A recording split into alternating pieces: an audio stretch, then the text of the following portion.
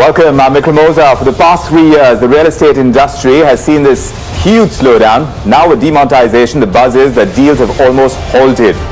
Why? Well, fairly obvious, because like experts are pointing out as well, at least 15 to 30% of all real estate transactions would have been below the radar, part of the parallel economy. So what's the situation on the ground right now? How long is the impact likely to last? And in the light of the budget coming up, as well as questions on the rollout of GST, those timelines being met or not, what's the emerging scenario for the real estate sector? We've got a great panel here to discuss all of this.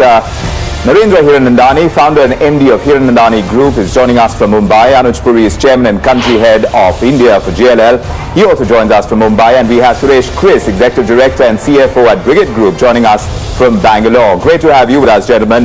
Let me come to you, Suresh Chris. The last quarter, generally the boom period for real estate deals, but it hasn't been so in a long time. And demonetization comes along as though it's rubbing salt to wounds, really. Like I'm hearing from many developers I've been speaking to as well. But paint us the picture about the current state of affairs, at least in the primary real estate market. So how much have direct sales from you as a developer to real estate buyers taken a hit ever since the government's measures on demonetization took effect? Suresh Chris, this one to you.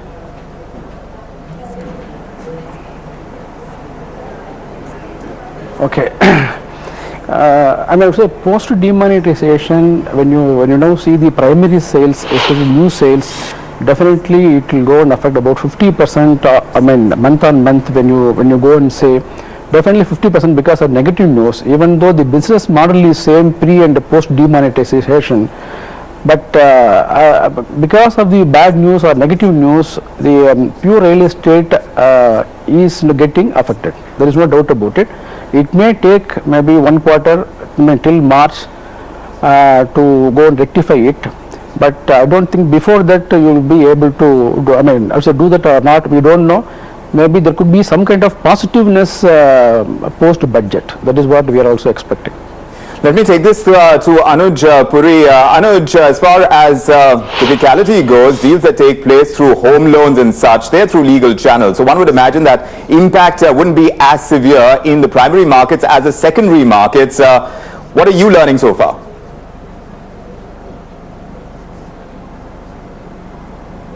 It is interesting, Vikram, that you asked this, because our thought was the same when the demonetization happened on the 8th November evening. That the transactions on the primary sales side, which was all above board, all through check, should not get impacted.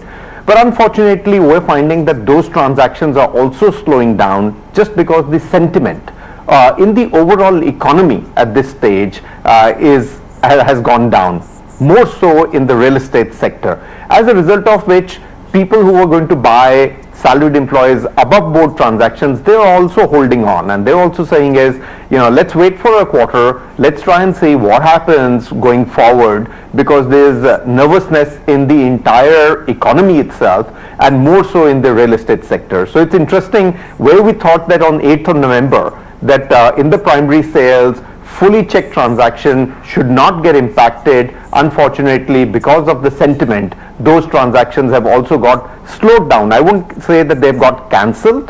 The buyers are saying is, we want to push it by another quarter and see what happens in the overall economy. But also, Anuj, the consensus perception has been that the luxury segment is going to take the maximum impact by way of price correction. A couple of months now into demonetization, how much of the price correction actually holds true on the ground?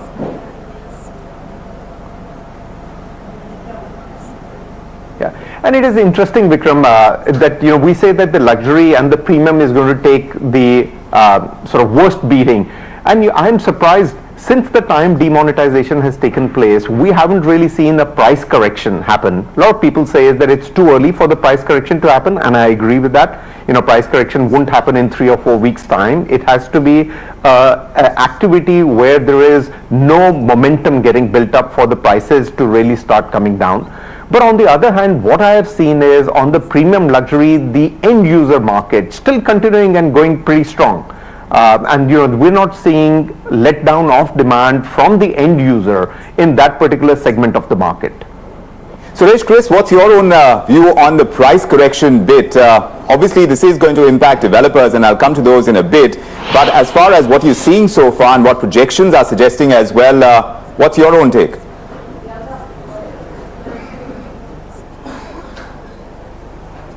Again, price correction may not happen, I would say, heavily, especially in southern market, and I would say especially in Bangalore, because the margin itself is very less, and then price is very reasonable, maybe lowest in India, I can say, the Indian cities. I mean, when you go and compare with, I would say, Bombay or again NCR regions, but I don't think the price would correct immediately, but volume correction has happened because of bad sentiment.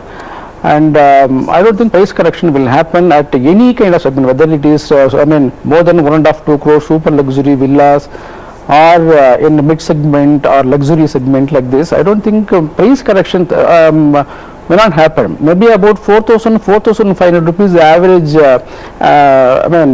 Average rate per square feet. How much will go and reduce? 30%, 20%, 5%? It's not possible. The logic that one can apply over here, Anuj, because like we're hearing from Suresh Chris on this, not so much of a correction in the southern market. Do you think there would be geographical differences in how the price correction is going to play out? Because if 20 to 30% was the part of any real estate transaction that would remain below the radar, now with demonetization, do you think it would be a fair estimate of the extent of the price correction, 20 to 30%?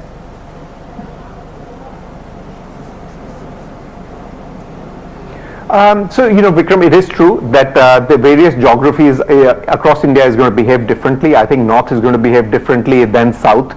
North is where you had a lot of the speculators and short-term investors. You're going to see that market move more towards long-term investors and end users. But until that transition takes place, there is going to be pain, because the speculators have to get out from the market. They have to sell their inventory. So have the short-term investors to sell their inventory. And when they sell the inventory, that's when the price pressure comes in, because they're going to sell it at a discount, and that's when the primary sale market gets impacted. So you're absolutely right. You're going to see North reeling under pressure. The momentum will continue to remain slow across India, but there's going to be more supply come into the North market, and that's where you're going to see the pressure on the prices. But as you move away from North to West and South, these are markets which were largely end user driven. I mean, certainly Suresh's point in Bangalore, that market is about 95% end user driven market. You're unlikely to see a huge price correction, or even for that matter some price correction in that market. But I do feel is in parts of the NCR where there is a lot of secondary inventory being held by the speculator and the short-term investor getting out into the market and creating some kind of a price pressure. Let me bring in Mr. Niranjan Hiranandani into this discussion as well. Great to have you with us. Mr. Hiranandani, we were talking about the impact of demonetization on the real estate sector, and perhaps geographically we are going to see differences in how the price correction is going to play out. How do you view it? What's your assessment of what has been so far by way of an impact and projections as well?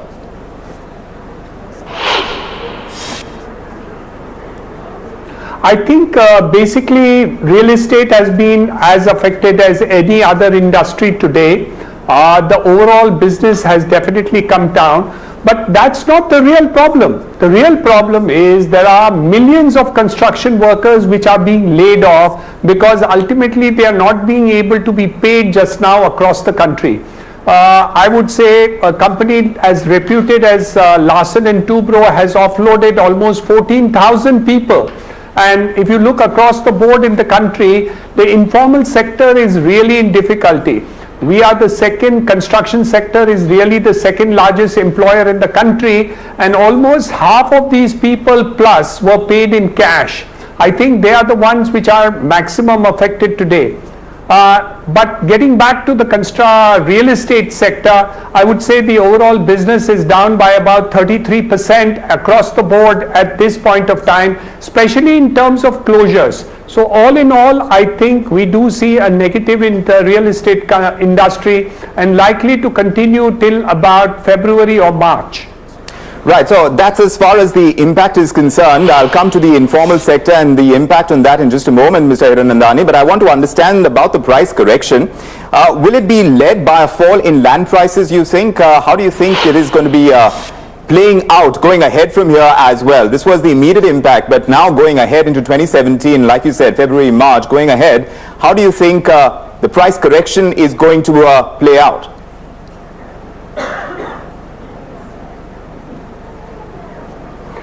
I'm not seeing an immediate price correction in the economy as a whole.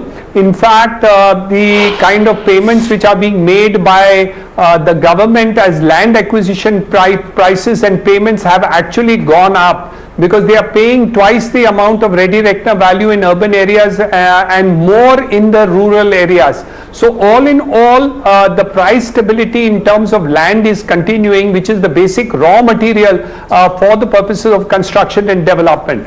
On the real estate finished goods side, I do see that there is some softening in terms of the prices, but it is not significant at all. Maybe on a negotiation, couple of flats have gone at lower rates, but I do not see a softening in the overall market. But yes, the closure of transactions are not taking place, which means actually prices have not fallen to that extent wherein the customer should really close transactions. So 33 to 40% reduction in overall sales is definitely there, but no price correction which is significant across the country. Anuj, can you corroborate that also as far as land transactions are concerned? The ones that are joint ventures or joint developments, those are fairly institutionalized, so perhaps not so much over there. But when you're talking about those deals, those direct kind of deals, especially when it comes to agricultural land, considering our land reforms are not in place, do you see a major impact playing out over there when it comes to land acquisition by developers?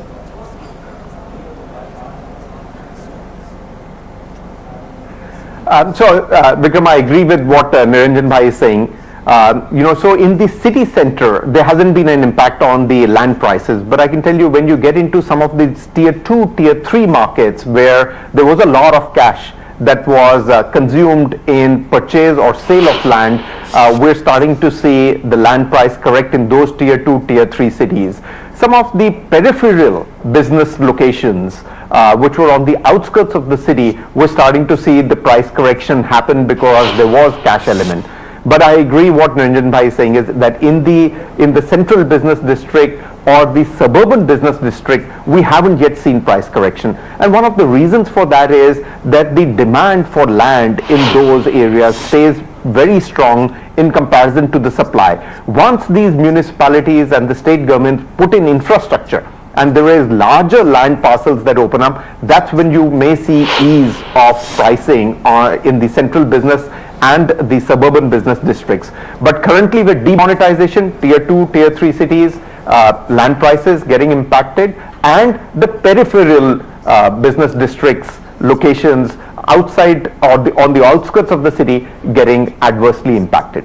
So the kind of infrastructure development you're talking about, that might be too much into the future. But Suresh, Chris, I want to ask you about the current projects that are underway. Perhaps the new launches might get pushed back, but at this point in time, we're hearing that a lot of developers are overly leveraged, and at this point in time, to take on new projects might be very difficult for them. What's your own understanding?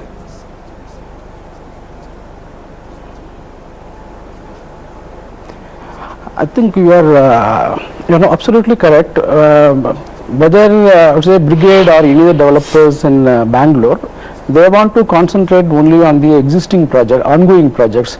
We don't want to go and increase our again sellable inventory by launching I would say new project at a lesser price. So we want to concentrate to finish the existing projects and then go ahead. We don't want to concentrate on new projects even though we have approvals.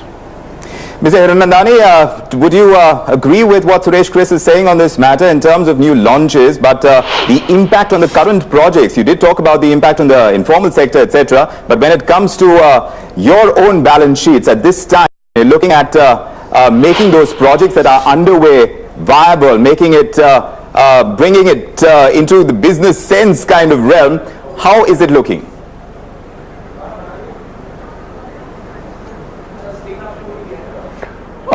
Yes, I think he's correct. A large number of people have postponed the project because the sentiment has been very, very pessimistic after the demonetization which has taken place. So a lot of postponement is taking place in terms of launches. Yes. But let me assure you that a lot of launches will take place post, say, March, April, May, that you are going to see. This is corroborated by the fact that a large number of people in terms of it are getting their approvals into place, putting it into position, but actually are not launching it because the liquidity in the market is absolutely dried up. So it's not only about the cash money which is there in the economy, even the banks are not giving enough liquidity into the marketplace. The uptake in terms of cars, uptake in terms of every item in the economy is slowed down. There is a pessimistic mood in the economy. So unless that pessimistic mood or a reflationary mood, kind of a mood is moved out, I don't think people will launch the product. But I assure you one thing, let a little more liquidity come into the marketplace. The inherent demand is very, very large. So especially in the regions of Mumbai peripheral. I'll give you an example. The Prime Minister is coming tomorrow to Mumbai and he's going to launch the Cross Harbour Bridge, yes, metro lines which are going to suburban of Mumbai from south of Mumbai, metro lines which are going to Chembur to Thane. Also, he's working, Mr. Suresh Prabhu is doing the widening and improvement of the suburban railway lines right up to Panvel and Karjat on one side, Virar on the other side, and the coastal road is likely to be launched, and the Ro-Ro connectivity to Navi Mumbai and to Alibag. Sure. So I think all in all, the forward-looking ideas of people who are looking at investment into this region is very, very strong. Sure. But yes, you are 100% correct that the present mood is very pessimistic and likely to continue for a month or two. Yes, but there's still the question that infrastructure takes its time. What happens in the meantime? Will the impact of demonetization on real estate differ greatly in smaller towns and cities compared to the larger cities and metros where you're talking about these infrastructure projects taking off?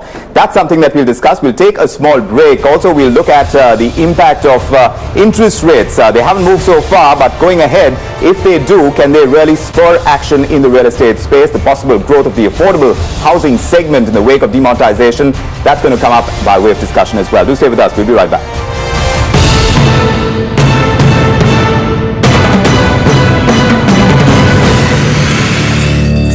Welcome back to this discussion on the impact of demonetization on the real estate sector. Estimates suggesting that across various cities of India, from Noida to Pune to Kolkata, Bangalore, Chennai, the number of launches has come down by more than half in recent times.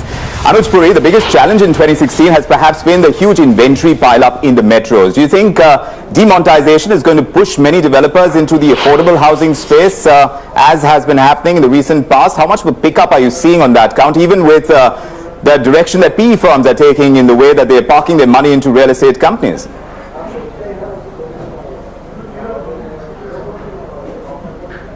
So I would say, Vikram, there are three things that real estate has got impacted and will get impacted by. One is really a slow momentum over the last 18-24 months, and that largely has been because the buyer has perceived a lot of risk to buy under construction properties or perhaps B or C grade developers, and that's where the buyers have been very reluctant to buy under construction of B grade, C grade, and you've seen under construction inventory getting piled up. But the moment the inventory is getting completed, they're getting sold. And again, to Niranjan Bhai's point, he mentioned just before we went on break that there is a inherent demand. That demand is for largely a risk-free inventory. In a city like Mumbai, the completed inventory unsold is less than 2%. So I think where you're seeing the challenge of unsold inventory under construction is B and C developers. That's the first phase that has happened over the last 18-24 months. The second is really on the demonetization and the overall sentiment going down, and perhaps people taking a pause and saying, is we want to see what's going to happen in the Indian economy going forward. I think the third one, which the impact yet has to come, and I think that's going to be even more significant on the real estate than even demonetization, is the Real Estate Regulation Act. We're not going to go into that, but I can tell you that is one big act that you're going to see come up over the next 3 or 4 months in various states and that will bring in a huge consolidation. Sure. So to answer your question, Vikram, would the developers be pushed to do more affordable housing? I think the first thing is going to happen is that there's going to be consolidation in this sector. Right. So not everybody is going to be able to survive through this. Exactly. You're going to see many of the developers, the weaker developers getting consolidated. Sure. And then the stronger developers will find its own position. Whether they want to be premium luxury, whether they want to be mass segment, whether they want to be office or retail, that's what's going to happen over the next 12 to 18 months. Would you agree with that, Mr. Hiranandani? Because here we are talking about policies like smart cities, like housing for all by 2022. GST is another, well, wait and watch mode right now, but the implementation of RERA, like Anuj is pointing out, or demonetization right now, addressing Benami transactions through that specific act as well. When you look at the sum total of all of this, in effect, all these seem as steps to sanitize the real estate sector. How do you see them as moves geared to nudge developers towards making housing more affordable?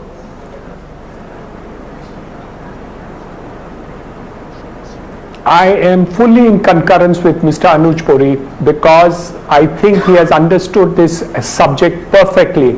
RERA is going to be more disastrous to the real estate sector than any other act, especially because it immobilizes 70% of the cash which comes into the real estate developers. And looking at the fact that many of the developers have already been stressed in the last 18 to 24 months, as mentioned by Mr. Puri, I think what we are going to find now is that the year 2017 is going to cause more chaos, especially for the ongoing constructions, because the new construction and the new buyers are going to be fully protected under RERA, but the funds which come in cannot be cross-used for the purposes of ongoing construction. So I think that's a kind of transition phase which is going to be a little difficult, not only for the developers but also for the consumers, because they'll have no options out. Of course, they can file cases, but that doesn't produce results in terms of getting the buildings ready. So yes, I agree with Mr. Puri completely that RERA is going to be quite a challenge for the real estate industry and the economy as a whole. But we have to find a solution. We can't say there is no solution to this. Government and developers and industry and also the government sector like DDA, like SIDCO, MADA will have to find solutions for the economically weaker sections, and that if the Prime Minister's objective of housing for all by 2022 has to be taken off, yes, the productivity in the housing sector has to be increased by almost 100% compounded per year on year to achieve that objective. Don't see happening right now. Huge challenge. Yes, absolutely. That seems like a challenge. Suresh, Chris, I want to get in your perspective as well. In the implementation of RERA, there is the productivity that needs to go up, like Mr. Hiranandani is pointing out as well. The popular belief, though, is that the biggest beneficiary of this demonetization is going to be affordable and mid-income housing segments. But already many developers, like we were just saying, being highly leveraged, they build projects on money borrowed at very high rates of interest. Surely it's going to be difficult for them to take on any new projects, affordable or otherwise.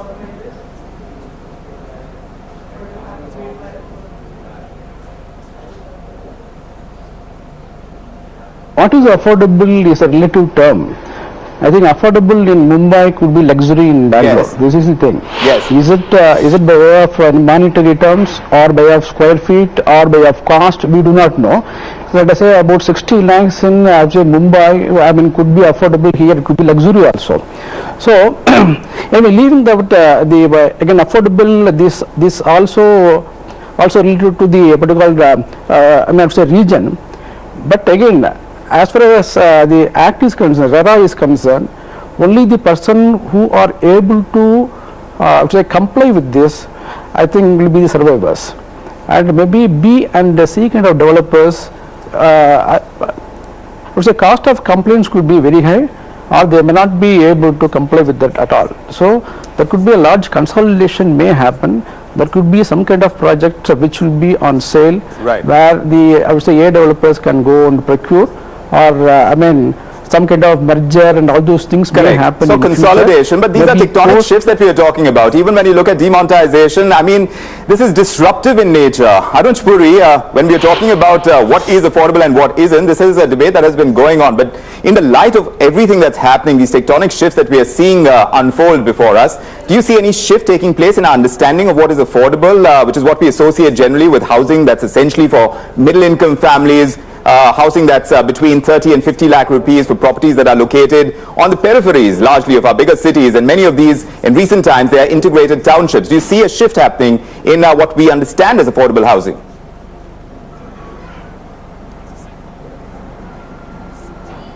So certainly, Vikram, I'm seeing a lot more developers talking about that. A lot of smart city is becoming a reality. A lot of the integrated townships like Mr. Hiranandani has, like in Pune we have Magarpatta city, those coming on the fore. But the biggest thing is going to be how quickly our state governments are able to put in the infrastructure. In a city like Bombay, Vikram, land price is 60, 70, 80% of your overall cost of the project. Unless that land price really comes down, we're not going to be able to talk about true affordability. We will continue to say the developers need to bring down the price, but the developers really don't have much margin left in that. Who's making money is really the landowner in this, and that price has to come down only once we put in larger infrastructure and open up large land parcels. Right. The moment you open that, you're going to see the affordability like you were factor pointing out come into yes. cities like Mumbai. Yes.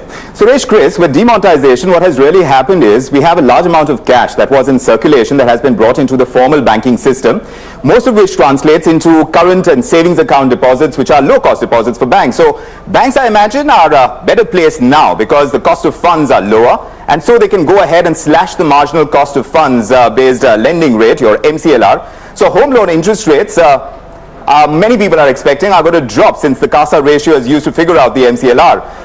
Would this be a correct assessment? Can we expect a drop in interest rates, and how much will that spur demand in the real estate sector?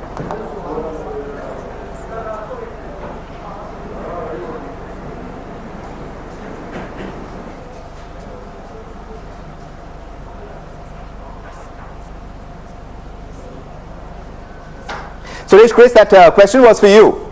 By way of what we are seeing in terms of interest rate action as well, I'm just wondering how much of a correction can we expect when interest rates do actually come down? Do we expect a spur in demand? Mr. Hiranandani, if you're going to ask this question to you, what would you say? We are trying to re-establish connection with Suresh, Chris.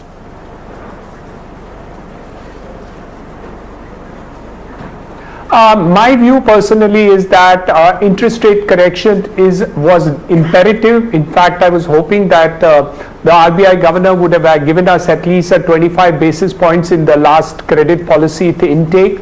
But what the Reserve Bank governor has been saying in other interactions with us at Naredco is the fact that the banks have already got scope to reduce interest rates, but they haven't actually passed it on to the home loan customer. My view is that there is a possibility of reducing interest rates in the current year by at least 100 basis points across the board, which includes a part of the thing which was reduced earlier by 175 basis points in the last 2 years, 2015-16. Not all of that has been passed on to the consumer, plus something further which is likely to come down. All in all, my expectation of at least in the current year, 2017, at least 100 basis points will come down, which will act as a very big spurt for people to take more home loans over a period of time, reduce EMIs, and also increase the period of loan. So it's not only the interest rate which is likely to come down, but it's expected that the banks will give longer home loans to younger people. And as you know, younger people are now buying apartments. So a combination of that will bring a substantial reduction in EMIs. So home loan buying could take another spurt on,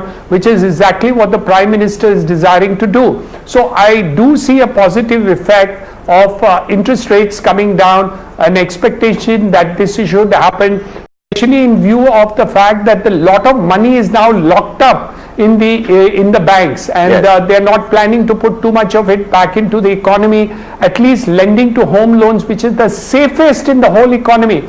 Remember one thing, the NPA in home loans is less than 2%, while lending in infrastructure project, the NPA is more than 30%. Yes. So banks should reduce interest rates for home loans because it's a safe lending position, and I think that may help to spurt up the economy again. Absolutely. And also what the government plans to do within the budget, that is going to be closely watched as well, because here's a sector, the real estate industry, which is in flux right now. We will be watching out for all developments on this count, but I want to thank our panelists for joining us. Suresh Chris from Bangalore, Mr. Hiranandani and Mr. Anuj Puri here in Mumbai. It's great to have you with us and getting your perspective on this. I'm Vikram Oza from me and the team. Thank you indeed for joining us. Bye-bye.